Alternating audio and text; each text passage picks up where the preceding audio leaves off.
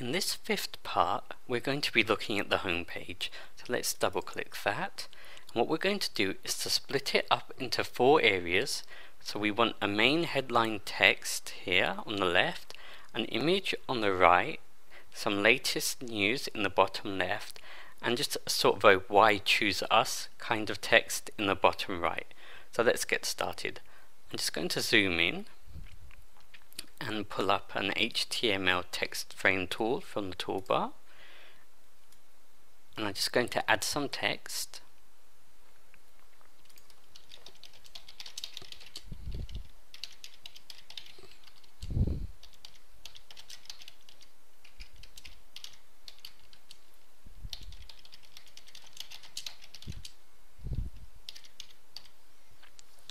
I'm just going to change the font to Georgia. Now before I do that, I'm just going to explain something.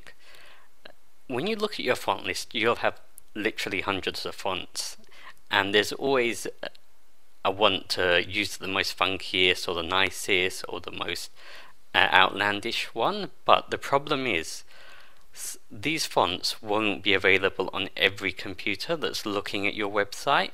And so if, for example, you chose Aristocrat SF, you'll be able to see it. Anyone else who has that font installed will be able to see it. But if a visitor doesn't have that font installed, the browser would automatically try to find the next closest match, and that may be something that looks completely different.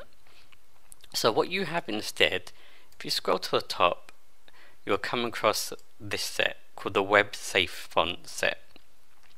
These are basically fonts that are available in virtually every single computer, whether it's a PC, a Mac, running Windows, running Linux. And so if you use these, you'll be quite safe, and you know that what you're seeing is what your visitors will see as well. If you want to use a font that's not web safe, instead of using an HTML text frame, you can use a creative text frame.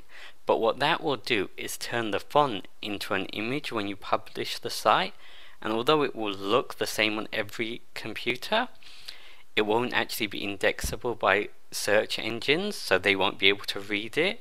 So you have to make a decision as to whether you want it to look good or whether you want it to be readable by a search engine. And depending on what you're using the text for, you'll go with one of those two methods. Okay, so I'm going to choose Georgia, and I'm going to make it font size 30. I'm just going to resize it just a bit.